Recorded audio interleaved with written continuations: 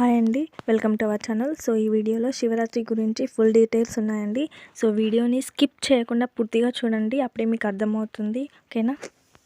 So ఈ సంవత్సరం అంటే 2024 ఈ సంవత్సరం మహాశివరాత్రి ఎప్పుడొచ్చింది, అలాగే ఆ రోజు ప్రత్యేకత ఏంటి, లింగోద్భవ సమయం అంటే ఏంటి, మిగిలిన దేవుళ్ళందరికన్నా శివుడు ఎందుకు ప్రత్యేకం అనేవి వీటన్నిటికీ ఈ వీడియోలో సమాధానం ఏంటో తెలుసుకుందాం.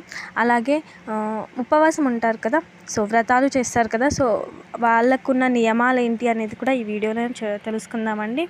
ఓకేనా? సో నా ఛానల్ని ఫస్ట్ టైం ఎవరైనా చూస్తున్నట్టయితే ప్లీజ్ లైక్ చేసి షేర్ చేయండి, వీడియో నచ్చితే అండ్ సబ్స్క్రైబ్ చేసుకొని సపోర్ట్ చేయండి ప్లీజ్. సో బోళాశంకరుడు అంటే భక్తులు అందరికీ మహాప్రీతండి. అందుకే ఆయన్ని ఎంత స్తుతించినా తనివి తీరదంటూ పక్షానికి, మాసానికి, ఏడాదికి ఒక్కో శివరాత్రి పేరుతో శివయ్యను ఆరాధిస్తూ ఉంటారు. అన్నిటికన్నా విశిష్టమైంది మాఘ బహుళ చతుర్దశి. ఈరోజు వచ్చే మహాశివరాత్రి మరింత ప్రత్యేకం. ఈ ఏడాది మహాశివరాత్రి మార్చి 8 శుక్రవారం వచ్చిందండి. మార్చి 8 శుక్రవారం రోజు 8 గంటల 13 నిమిషాల వరకు త్రయోదశి ఉంది.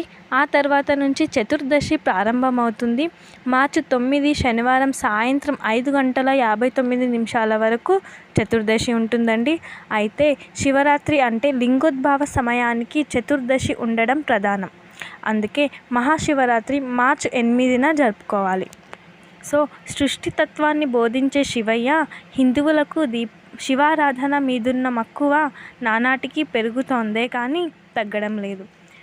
పరమేశ్వరుడు ఐశ్వర్యాన్ని ప్రసాదిస్తాడనో, మృత్యుంజయుడై ఆరోగ్యాన్ని అందిస్తాడనో కాదు, సృష్టి తత్వాన్ని బోధపరుస్తాడని, సంసార బంధాల నుంచి విముక్తుడని చేస్తాడని, ఆయన తనలో ఐక్యం చేసుకుంటాడని, అందుకు గొప్ప సందేశం మహాశివరాత్రి.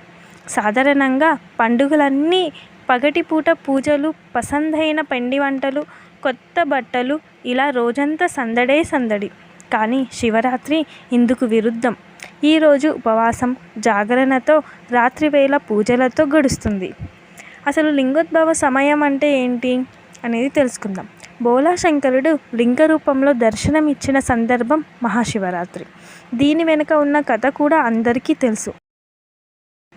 బ్రహ్మ, శ్రీ మహావిష్ణువు మధ్య తమలో ఎవరు గొప్ప అన్న వాదన మొదలైంది. ఈ సమస్యని తీర్చేందుకు వారిద్దరూ శివుని ఆశ్రయించగా ఆయన లింగ రూపంలో దర్శనమిచ్చి వాటి మూలాలు తెలుసుకోమని పరీక్ష పెట్టాడు.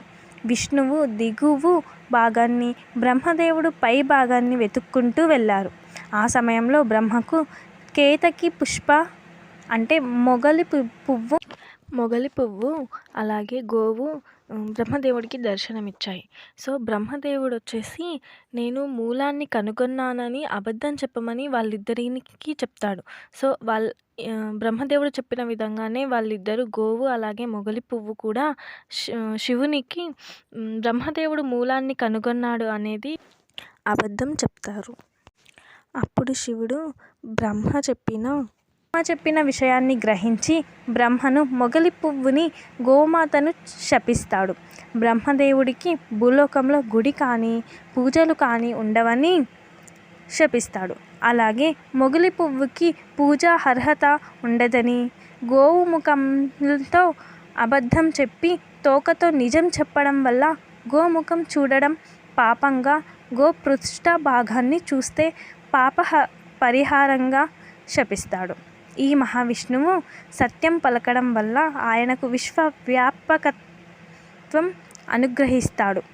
బ్రహ్మ ద్వారా సృష్టించిన ప్రాణికోటిని రక్షించే భారం, మోక్షమును ఇచ్చే అధికారం మహావిష్ణువుకు ఇవ్వడం, ఇవన్నీ శివలింగోద్భవ సమయంలో జరిగాయని కూర్మ వాయు శివ పురాణాల్లో ఉంది. త్రయోదశి నుంచి నియమాలు మొదలు పెట్టాలి. నెక్స్ట్ వీడియోలో ఉపవాస నియమాలేంటి, శివరాత్రి నియమాలేంటి అనేది ఇంకో వీడియో చేస్తానండి. ఎందుకంటే నా ఫోన్లో స్పేస్ లేదు. సో వీడియో అనేది చిన్నగా ఉంటుంది. సో వీడియో నచ్చితే ప్లీజ్ లైక్ చేయండి, అలాగే షేర్ చేయండి, సబ్స్క్రైబ్ చేసుకొని సపోర్ట్ చేయండి.